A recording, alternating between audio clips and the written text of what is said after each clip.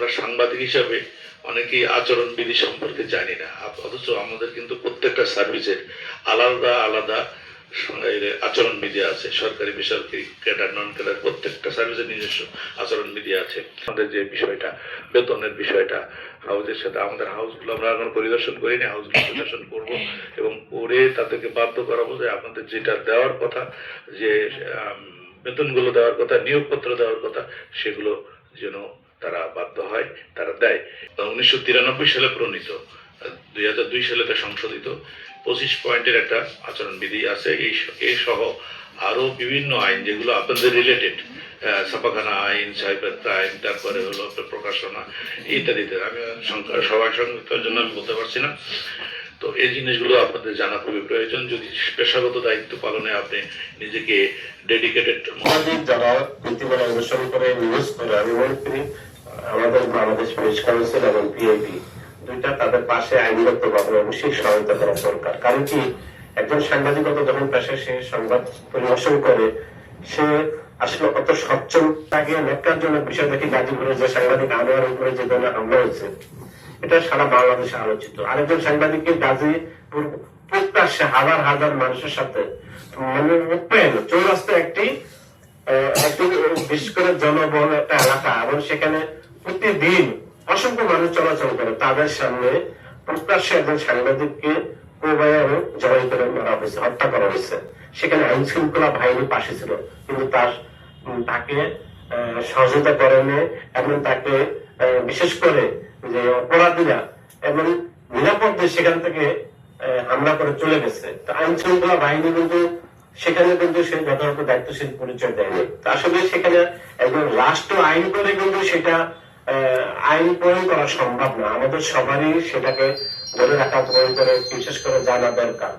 তা আমি মনে করি আমাদের যে স্যার সচিব মহোদয়, আমাদের যে আব্দুল মোহাম্মদ আতর সবুর, তিনি অন্তপক্ষে প্রাইম মিনিস্টারের গুরুত্বপূর্ণ মিটিং গুলোতে তিনি অ্যাটেন্ড করেন।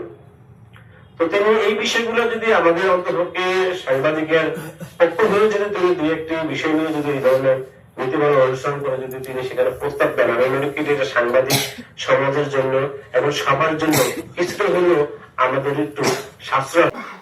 আপনাদের জিনিসটা এই হওয়া উচিত যে আমরা যে আগত শপথ যারা নিয়েছিলাম, আমরা কতদিন কি করলাম, শপথের সাথে আমাদের কাজের কোনো মিল আছে কি নাই, সেই বিষয়গুলো বিবেচনায় রাখা দরকার।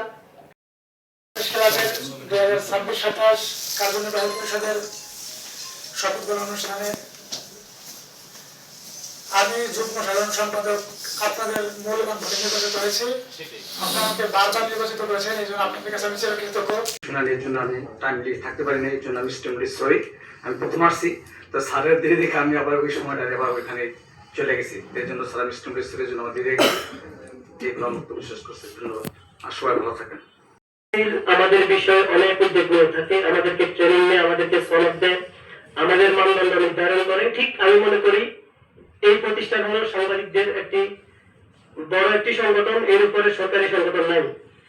ওনারাই আমাদের কিভাবে সুরক্ষা দিবে, আমি মনে করি ওনারা সুচিন্তিত চিন্তার সমন্বয়ে সরকারের কাছে সেই প্রস্তাবটা দিবে, যেটি আমাদের জন্য ভবিষ্যতে আমরা যারা আসলে বস্তুনিষ্ঠ সাংবাদিকতা এবং তথ্য সংগ্রহের জন্য গিয়ে যাতে হেনস্থার শিকার না হই, সেই ধরনের আমি আশা করি এ ধরনের একটা উপহার আমাদেরকে দিবেন।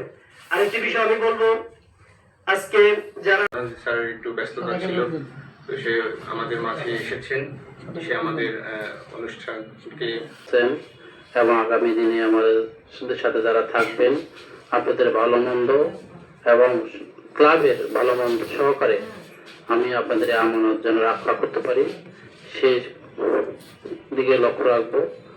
আশা করতেছি আপনারাও আমাকে সহযোগিতা করবেন।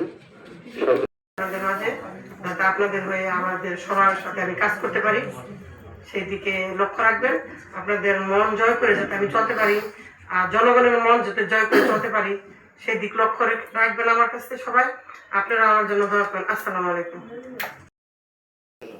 ভাই যে কথাগুলো বলে গেছেন, আমি অনেকগুলো পত্রিকাতে কাজ করেছি, 15-16 বছর ধরে আছি। দীর্ঘদিন সাংবাদিকতা করার সময়ে অনেক জায়গায় গিয়েছি, অনেক হ্যাচিং এর শিকারও হয়েছি। ভাই যেগুলো বললো যে আমাদের সাংবাদিকরা অনেক সময় থানায় আটকে থাকে।